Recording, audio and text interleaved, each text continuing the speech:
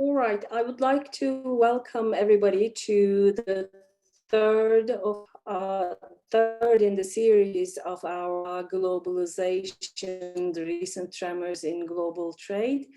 Our third guest is Caroline Freund. Not that she needs a lengthy introduction, but let me do it for the people who do not know her well.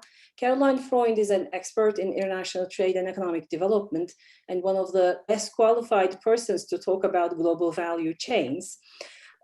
Caroline holds a PhD from Columbia University.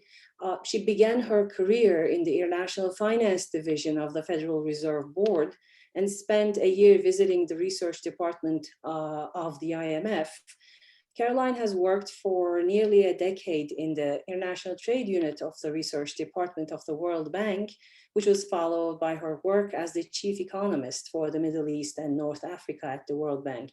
In the meantime, she also served as a senior fellow at the Peterson Institute of International Economics and had affiliations with CEPR and ERF. Her career at the World Bank continued with her service as the Global Director of Trade, Investment and Competitiveness at the World Bank. Caroline was indeed the co-director of the World Bank's flagship World Development Report 2022 on global value chains, which I benefited a lot actually in the last year. It was really great work, superb work. She's the author of Rich People, Poor Countries, The Rise of Emerging Market Tycoons and Their Mega Firms. Caroline is currently the Dean of the University of California, San Diego School of Global Policy and Strategy. And she's gonna talk about the future of global value chains today. The floor is yours, Caroline.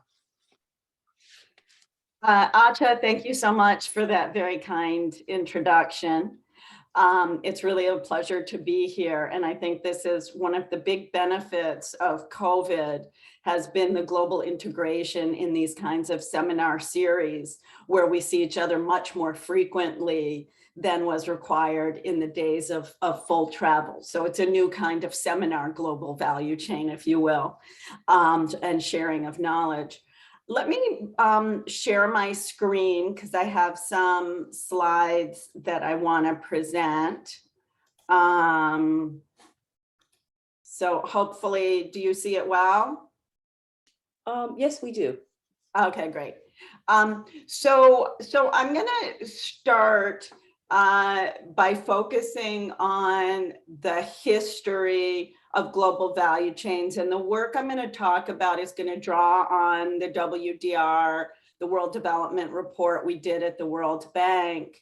And my co-directors were Aditya Matu and Paul Antras. So it was a really nice mix of World Bank folks and really top academics. And of course, Penny Goldberg was the chief economist. And so the four of us, along with many others, put a lot of data together and analysis and thought into thinking about what was happening with global value chains, building on the tremendous work that had already been done.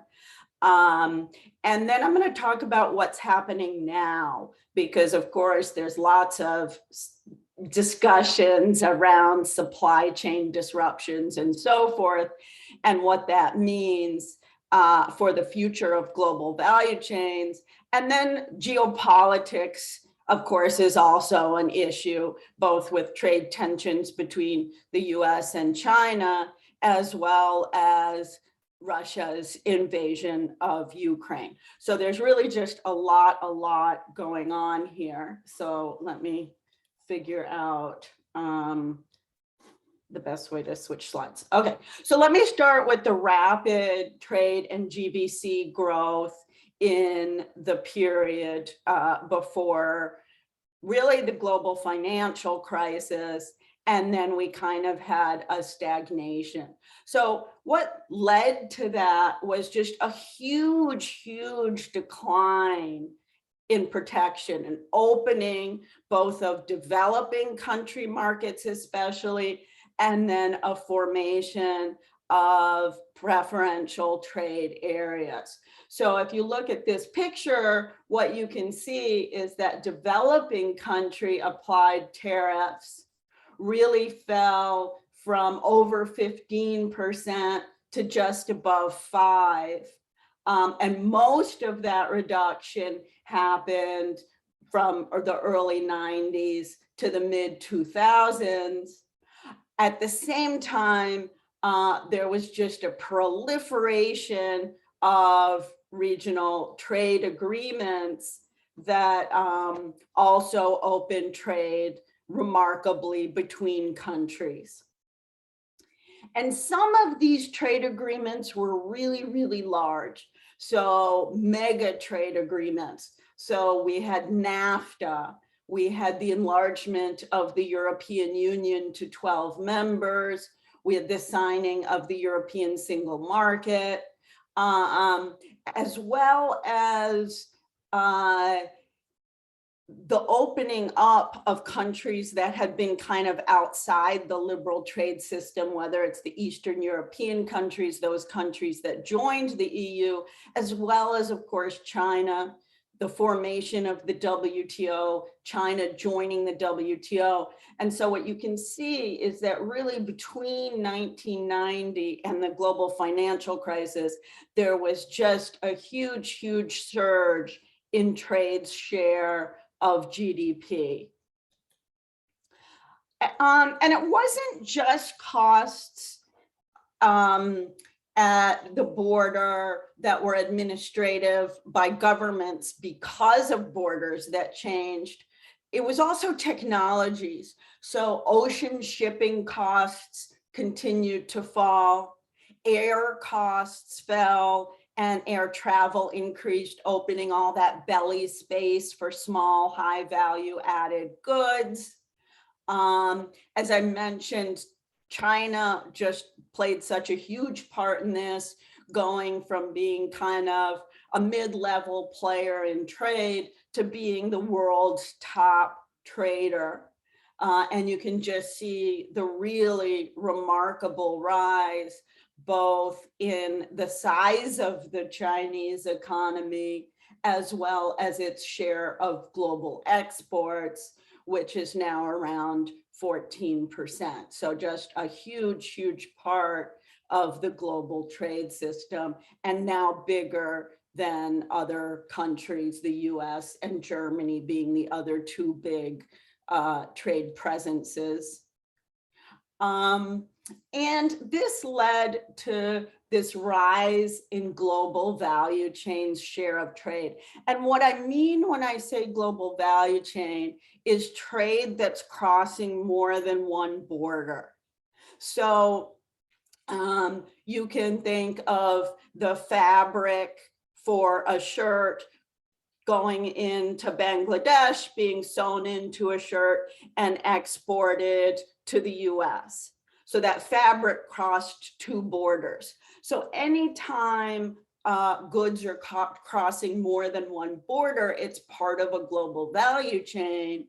And when goods cross more than one border, they face these costs twice. They face the tariffs twice, and they also face those shipping costs twice.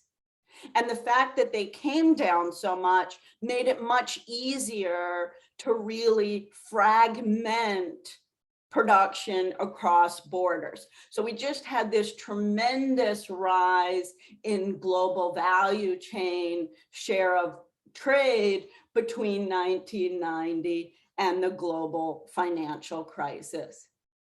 And it was really driven by most of the world. So when we think about global value chains, we often think about, as I think it was Richard Baldwin who put it first, as factory North America, factory Europe, and factory Asia, the three blue parts here.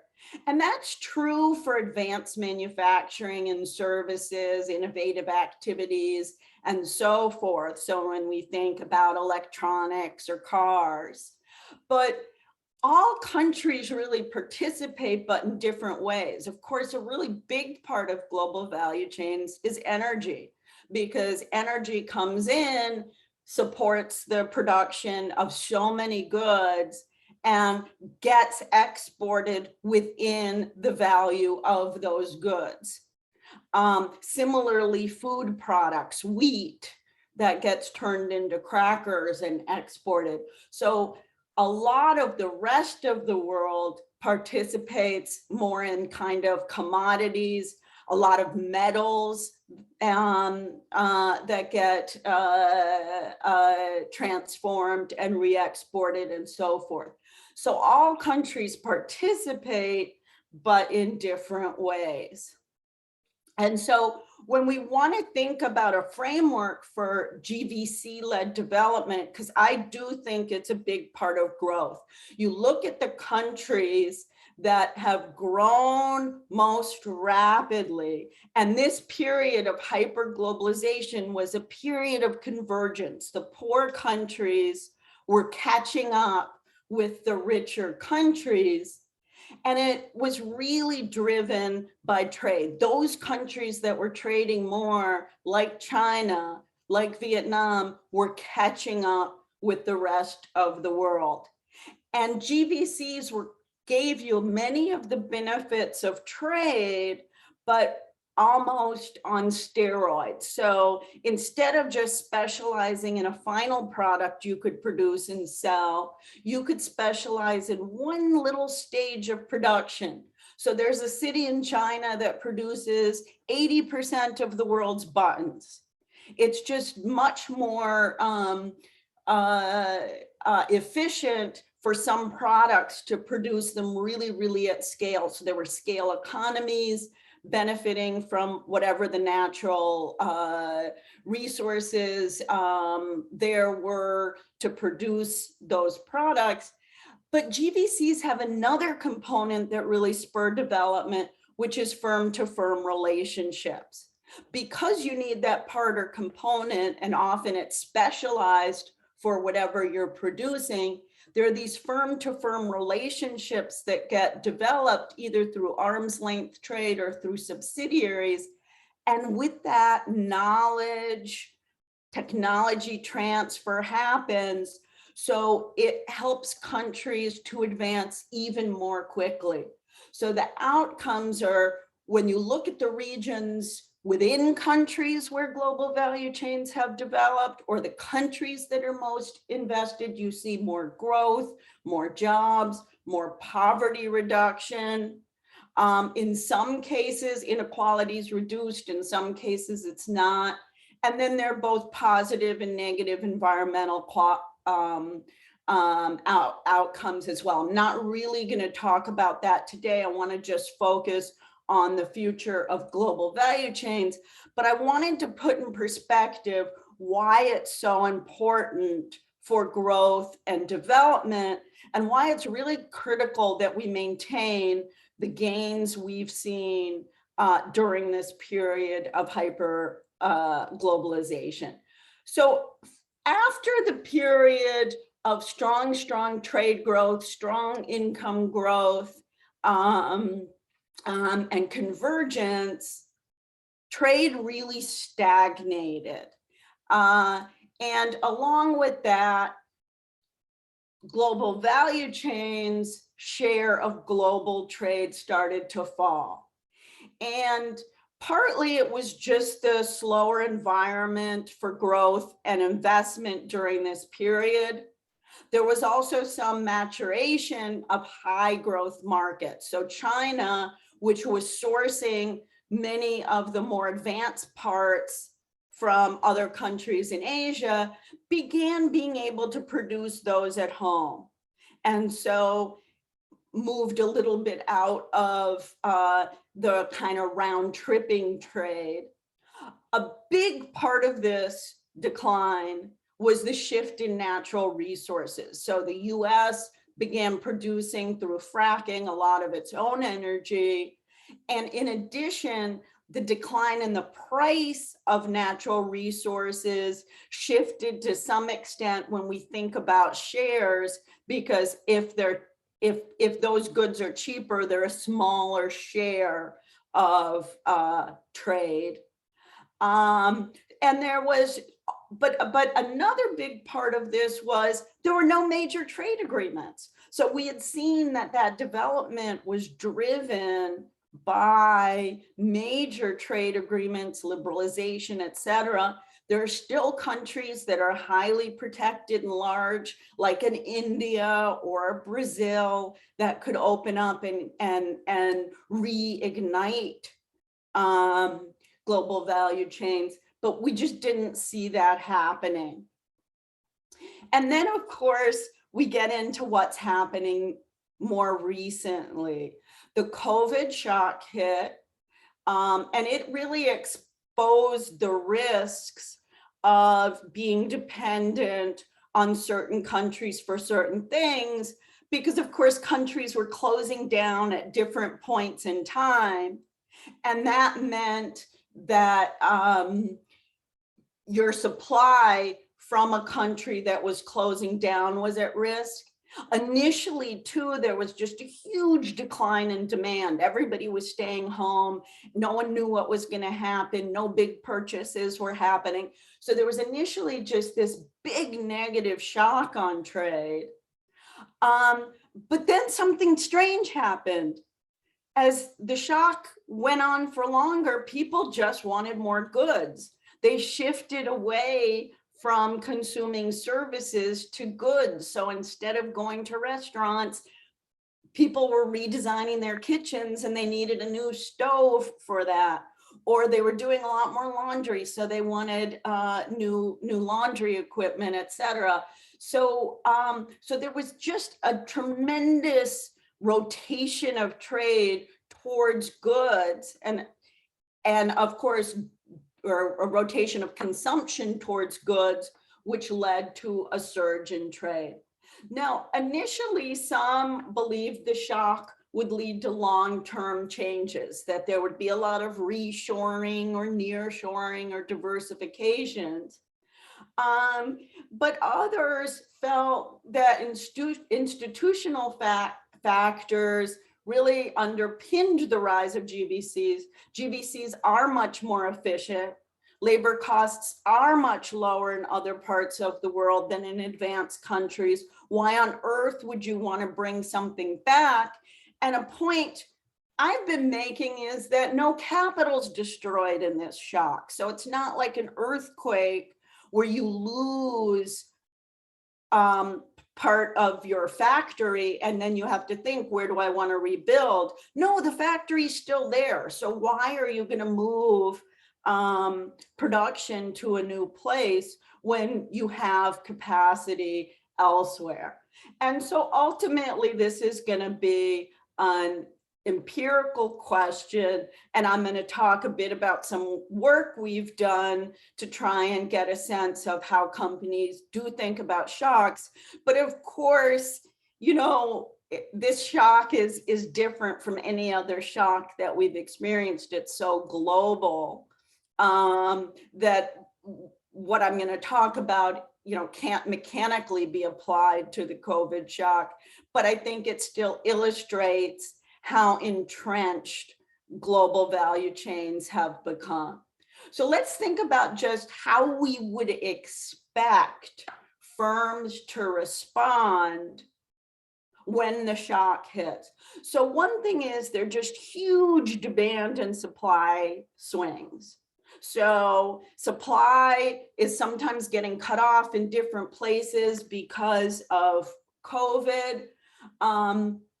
Demand is shifting around from printers for companies to home printers, just big swings. Lots of policy uncertainty as well, because we went into the shock with the biggest thing we were talking about in trade being the China-US trade conflict. So the first thing is just this kind of uncertainty. And what we're hearing from companies when we talk to them is that that leads them to wait. Because if you don't know if that demand's going to be there in 5 years, do you really build a lot more plants to make at-home printers if people might be going back to work in 5 years and the demand for corporate printers is going to be big again? So what do? You wait. Supply also, no matter what, is relatively inelastic in the short run. So it's demand that is causing a lot of the price swings that we're seeing. So one thing we hear a lot about is, well, companies are going to diversify, because if we think about finance, we think about standard economics, the best way to manage risk is to diversify, because then if there's a shock somewhere, you can switch and go to another supplier. And some companies have already done that. So we've seen that with a Nike, where they have production around the world to manage exchange rate risk, because exchange rates can fluctuate widely. But for some products, that's really, really difficult to do. They're very, very specialized. They need to meet all kinds of safety standards. You have a relationship with your supplier. So it would be very, very expensive to try and get airbags if you produce cars from many different suppliers, because these are such specialized products. So, I think we could go to dual sourcing, but this thing of getting lots of different suppliers for products that don't have them, there's a reason they don't. Or you think of a natural resource like cobalt or something like cocoa. It's only produced in a handful of countries. So where exactly are you going to find these additional suppliers? So I think diversification, yes, maybe in some cases dual supply, but it has its limits. The other possibility is redundancies, and I think we are seeing that. And that's actually now contributing to the problem, because it's also increasing demand. I have a friend who has a business to remodel kitchens, and he stocked up on stoves because they were hard to come by, and it was slowing down his business. But by his filling a garage with these products, it means others have even harder time getting them. So we are starting to see some redundancy. For bigger companies, of course, it's very expensive to do that.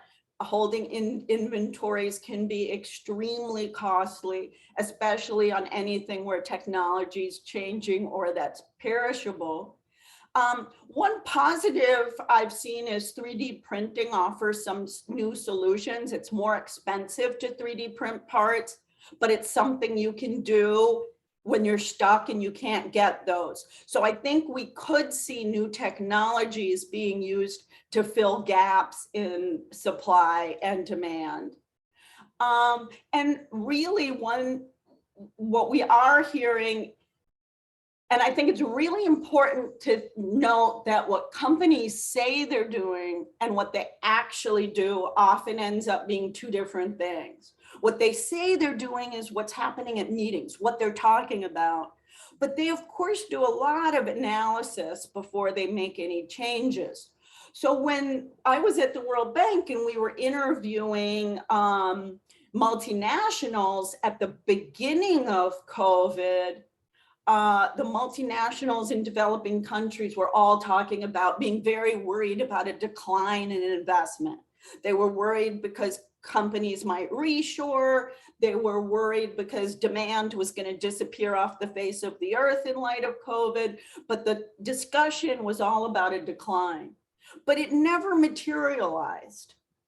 And then you got to this, most were saying no change expected. It was the wait and see because there's so much uncertainty, and it's still the dominating response.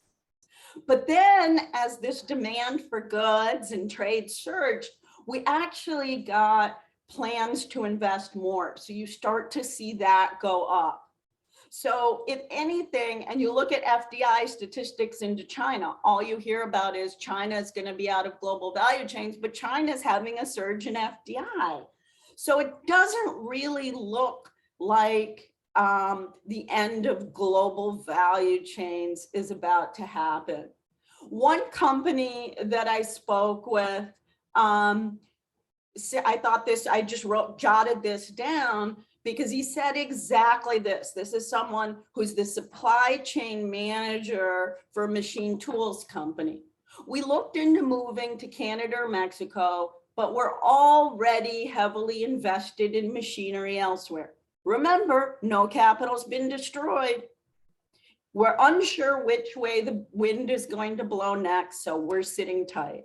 So sitting on your hands right now is very, very common for companies. To try and get at how companies think in terms when there's some sort of shock, with colleagues at the World Bank, we looked at the 2011 earthquake in Japan, which disrupted supply chains. And a point I want to make about that, there's been a lot of work looking at it, but most of it focused on the short run. So how big was the disruption during the shock? What we wanted to look at is over time, did importers think differently about Japan and shift away from Japan? They've been shocked. They couldn't get parts they needed. Did they diversify those parts that had been hit? Those parts where they were really dependent on Japan, did they say, oh, I'm not going to rely on one partner anymore. I'm going to go to several. What did they do for those parts where they were super, super reliant on Japan? So we focus on two big GVC industries, autos and electronics. And we look at both intermediates and final goods. And we look at what happens to these product pairs where a country's super, super dependent on Japan for a very, very discrete product. So something like a bumper, or, you know, in a car, or a steering wheel, very specific product. What happens? And what we found is there was no evidence of reshoring. So we did not see companies shifting, oh, I was dependent on Japan, I better bring it home and make those steering wheels at home. No, no, no, that didn't happen. There was no evidence of nearshoring. So when we look at distance to the new supplier, it didn't get shorter. In fact, if anything, it got larger. And there was no diversification. On those products where they were super dependent on Japan, they did shift out of Japan. Japan is not a reliable supplier. And remember, the capital was destroyed in this case. But they searched for a new supplier, a new low-cost supplier. So they typically went to a different country that was large, could produce at scale, and had lower wages. Those were the only two factors. So economic fundamentals still drove where companies were producing. The risk factor, despite having suffered this shock, the risk factor, it played quite a small role. And if anything, the staying power in Japan for intermediates was stronger than final goods. So we saw more of a shift of cars or TVs out of Japan than of the parts and components, often because those are very specialized. And so some of those just really others couldn't produce. When we look at which countries benefited, the two main things, as I said, were large countries and developing countries, but there wasn't diversification, there wasn't nearshoring, and there wasn't reshoring. So this is just showing the picture of that. So it was these high share products on the right that we were focusing on. These are products where before the earthquake, about 30% country was dependent on Japan for 30% of its supply. We did see this huge shift out of Japan for these products where there was extreme dependence, but again, it went to a single other partner, not diversified, reshored, or nearshoring. So I think I've already said this, so I'm just going to skip this slide just to make this point that if and there is a difference with COVID. In COVID, we don't have any destruction of capital. So if anything, that should lead to more inertia, not less. On the other hand, COVID is a global shock. This was an individual shock. Companies may have thought Japan is risky, others aren't. Whereas in this shock, it could be companies think everybody's risky. Of course, it's also risky at home because the shock could happen at home. So it's unclear why reshoring would ever be a good solution. And of course, and the big unknown right now is policy. So while I think if we were just worried about the COVID shock, economic fundamentals will ultimately determine what happens. So GBCs will remain intact, maybe some increase in dual sourcing. A lot of companies are mapping their supply chains just so they really understand them and can plan in advance. Use of things like 3D printing and inventories for supplies that might be more risky. So just companies using technology a lot more. But the big unknown, of course, is policies. Governments could input policies that literally force reshoring or nearshoring. I think that would be really detrimental for growth, for efficiency, and in the current environment, at least in the US, for inflation, because it's going to be a lot more costly to try and produce goods at home. So the big question is how far these nationalistic policies we see around the world are going to go. But when we look at trade during COVID, it's performed really well. So there's lots of stories out there now about the demise of globalization, but trade actually has rebounded far more quickly than during the global financial crisis, and actually is going stronger than it was before COVID because of this shift towards goods. And the last point I want to make is just quickly on the Russia-Ukraine war and how we can think about that in terms of global value chains. And if anything, the early signs to me show how entrenched trade patterns are, and it's part of what's making the sanctions not nearly as effective as one would like them to be. Russia, of course, is a huge energy exporter. If you think of gas and oil, it's the biggest in the world, more than 10%. And the importers are lots of big, important countries, many of which are not sanctioning Russia. Similarly, on grain, Ukraine and Russia are also really important.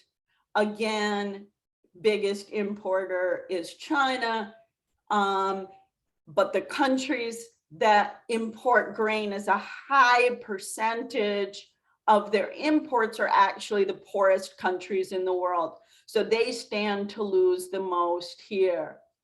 Commodity prices are soaring, energy prices and agricultural prices, of course. So what does that mean? Energy's been left out of the sanctions on Russia precisely because of global value chains, because countries are so dependent on that critical input for their livelihood. But energy's the bulk of Russia's exports. If oil price reaches 150, even if Russia can't export anything else, it will have more earnings from exporting energy than it would have in a normal year from its full set of exports. So the sanctions really aren't that biting on Russia, and it's a big part, I think, of why the ruble has rebounded so substantially.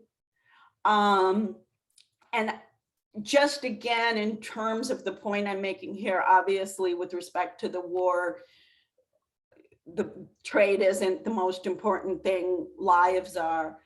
But in terms of what it tells us about trade, reversing trade dependencies is extraordinarily difficult. Supply is fixed in the short run. In the case of energy, pipelines are fixed in the short run. Accommodations for types of goods. You can't just switch from one oil to another oil because the type of refining method is different.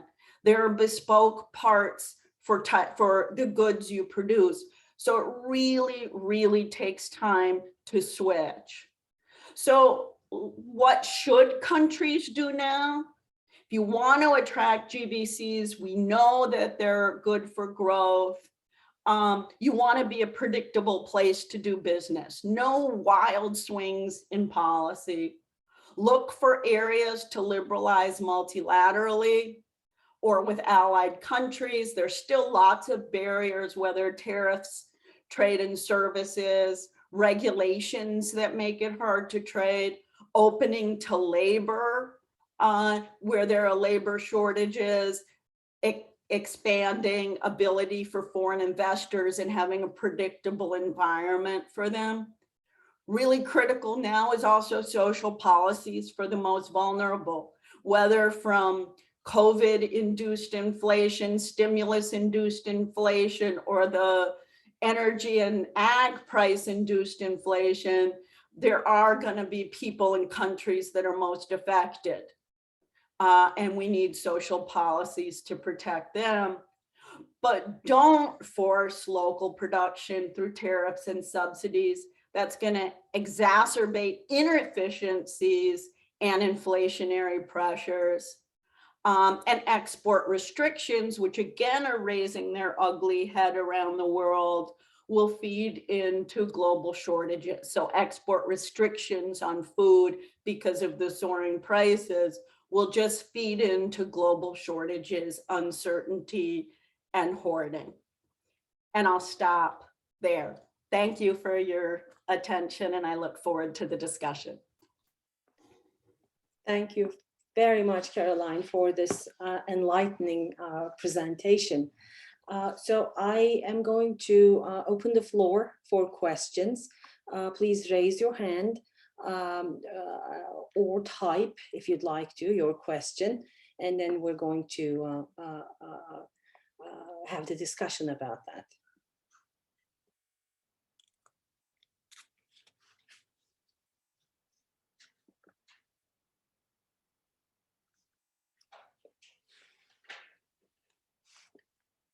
All right, anyone?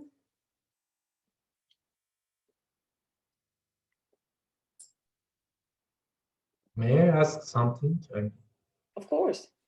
It's not about natural disasters effects on the global trade, but I was wondering, do you also expecting any effect from environmental concerns of consumers or governments to affect global trade in the future?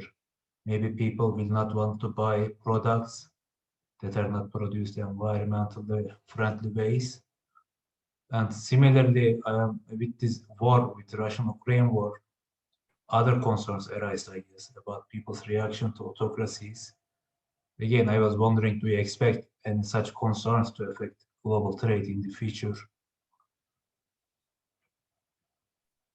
Yeah, I do, and that's a great question. So actually, before Russia's invasion of Ukraine, I would have, instead of having an ad on that, I would have had one on environment. Unfortunately, the renewed, continued need for fuel and focus on fuel prices has once again pushed environmental concerns to the back burner. But I think they're stronger than they've ever been, and they'll persist. And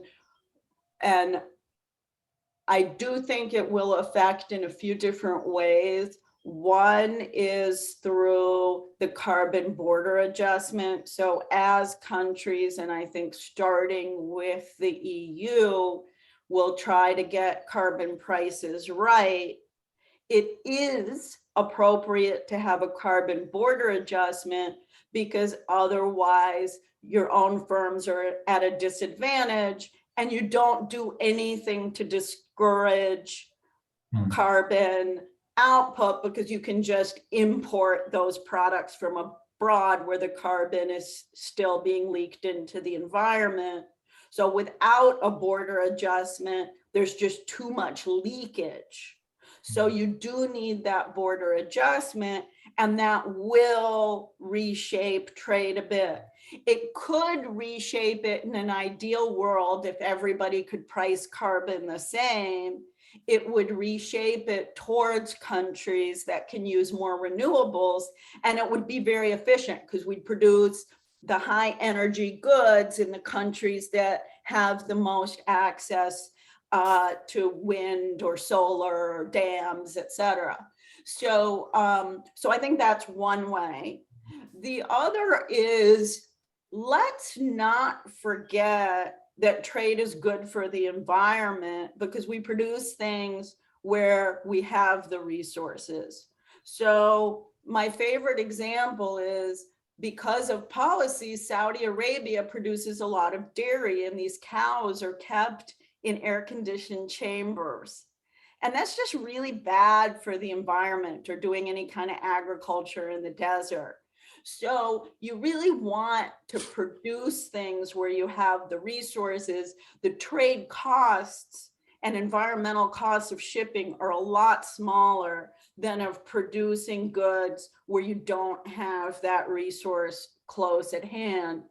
And then finally, global value chains have led to the creation and lower cost and more rapid absorption of new green goods. So whether it's solar panels, whether it's electric cars, electric bikes, we'd be much further back on those things without global value chains and trade. So for all these reasons, I think trade's a net positive. We just have to get the price of carbon right. With respect to autocracies and democracies, I think that's going to be a policy question. So I mean, we're already seeing it with the tariffs, the US and tariffs on China remaining in place with a new administration, that there is concern of trading with a country that has a different political and economic system. And I do think we're going to see more of that. So guided by policy, there's going to be kind of an allied trade bloc and a non-allied trade bloc. Thank you. Nergis? Thank you very much for your presentation. It was really enlightening. Actually, at the beginning of the COVID-19 period, we were thinking that there would be new opportunities for developing countries as FDI would be moving closer to the Western part. But it seems to be that your new survey seems to be that that opportunity does not exist anymore. So do you see any kind of changes in or any other opportunities for developing countries? And I know that you're an expert in SMEs as well. So would there be any policy recommendations for SMEs for being a part of global value chains in developing countries? Thank you very much. Thank you. So I do think investment will move in the same way it moved from Japan. So, and I think, you know, China already wages were going up. So the economic fundamentals were already encouraging companies to look for other places to produce. One producer told me the other day that wages are now lower in Mexico than in China. So, so I do think that there's going to be movement driven by fundamentals and by policy out of China. So there is absolutely an opportunity for developing countries. I'm not convinced nearshoring is what's going to happen, because despite current rises, or even with current rises in shipping costs, there's still a small share. So you don't see companies leaving China and going to Turkey. You see them leaving China and going to Vietnam. Or leaving China and going to Mexico. You see them going to Vietnam and Bangladesh and some other countries. So I think that there is an opportunity for developing countries, but they have to be willing to do the right stuff to take advantage. And that's getting the business climate cleaned up. That's having predictable policies, being a reliable trade partner, all these things. I think Mexico right now would be very well positioned to benefit, except that that's not the focus of the current government in Mexico.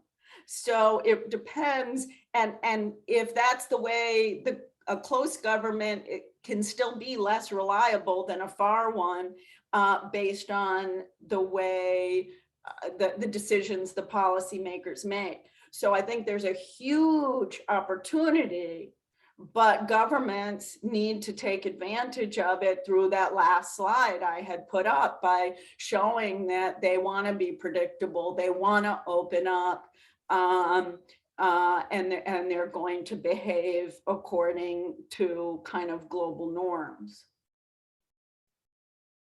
Thank you very much. Okay, we have two questions. One from the audience, I think a student of ours. But she's gone for some reason. Okay, so until she comes back, Seyit, you have a question, I think. Actually, it's not a question, but more like a comment, and it is related with the Nergis point. So when we look at the Turkish data, we see that we observe an increase in our exports, particularly to the markets that were initially exporting from China. So we succeed to penetrate to the markets that were exporting from Chinese previous to COVID period. Actually, this was my comment. So in a way, maybe we are not good at attracting the FDIs, but we find a way to increase our exports.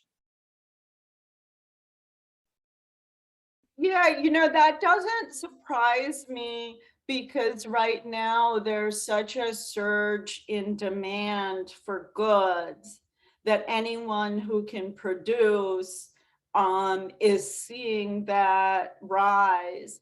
And then, of course, the policies that are still in place and negatively impacting China are affecting. So I think that's right. I think the question is, what's the counterfactual? So if Turkey was presenting a really stable, predictable policy environment, in addition to an increase in exports, I mean, Turkey's a great producer of a lot of white goods. In addition to seeing that rise, there could be more preparation for future growth and development. Yes, thank you. Okay, maybe I can I'm going to ask a question actually for the benefit of the students, Caroline, now, because there are a lot of students in the audience right now. So the thing that I have, most students would find interesting in your presentation, I think, is the observation that the capital is not destroyed. So during the COVID-19. So this is not like a natural disaster exercise for us economists. And so the big unknown is policy. And when it comes to that, I'm a big fan of the work of Donny Roderick. And he's been talking about this trilemma, right? Hyperglobalization, democracy, and national sovereignty can't be happening at the same time. So we are seeing these political tensions, polarization of the world, and global value chains and trade is chosen as the scapegoat of this thing. And you are showing us different results in terms of the environment. And we haven't talked about it, but digitalization, right? White collar robots, blue collar robots, and these are going to change the panorama of trade across the world. This Russo-Ukrainian war, the dependency on energy and where we're going to move. So with all of this richness in policy and in economics, how do you suggest our students who want to get into research to do their PhDs or masters, what sort of advice you can give them to work in the area of international trade, and particularly in empirical international trade, because the questions are diverse and there are rich data sources that they can use. So maybe they can benefit from a discussion like that from you. Great, that's a great question, Atja. First, I would say, it's almost never been a more exciting time to be a trade economist than these last 5 years or so. That we're kind of a bunch of nerds who really get into the data. A lot of the work has been positive in nature, trying to understand trade flows, et cetera. And now, with the world becoming so much more dependent on trade, and I think also the technology, even like this conversation today, that makes us so much more connected. Trade is really at the forefront. So first, just to say, I think it's a super exciting time to work in trade. So to all the students out there, this should be fun. And then second, there's also so much, data is so much more accessible than when I finished school. So there's so many different data sets we can leverage to think about all the questions that you just said, and really try and put some numbers on it. Because I think one thing is there's a lot of false narratives out there now. And so one of our jobs should be just a little bit of myth busting and bringing people back to earth about what's really important, and so forth. And there's, we did some, you mentioned robots. We in the WDR, we did some work on that and on 3D printing. There's firm level data you can use. There's at your fingertips access to product level data around the world for trade, global value chain data. So I think there's lots of interesting work to be done. I think the advice I would give is think about a question you really want to know the answer to, because I get most excited about the work I'm doing when there's a question I really, really want to know the answer to. So a lot of people were saying, for example, 3D printing is going to end trade because you can just print stuff at home and it'll, go there, which doesn't take into account how 3D printers work, the inputs needed for different kinds of parts, et cetera. So we decided to look at this question and see what happened when 3D printing was implemented. So this, just to give an idea of how research project starts. So we looked for, is there a product that's 100% 3D printed, and can we see what happened? So we found that hearing aids are mostly 3D printed. And then we looked at what happened to trade, and actually it increased. And there are various reasons. You can read the paper if you want to know. But my point is, just think about a question you really want to know the answer to. Get passionate about it. Think about what the right data is that can help you get that answer, and try and bring it together. But there's so much out there, so many questions. It's an exciting time, and it's great. We always have so many great economists coming out of Turkey. So I'm really happy to be here and talk to you guys. Thank you so much, Caroline. I mean, I took a note, myth busting. So that's the thing that I should tell our students. So you should go and do that happy myth busting to all of you and to us, actually. Thanks for this great seminar. Would love having you here, and hope to do that again in the future, hopefully. Thank you so much. And I hope next time in person, it'd be lovely to be there with you all.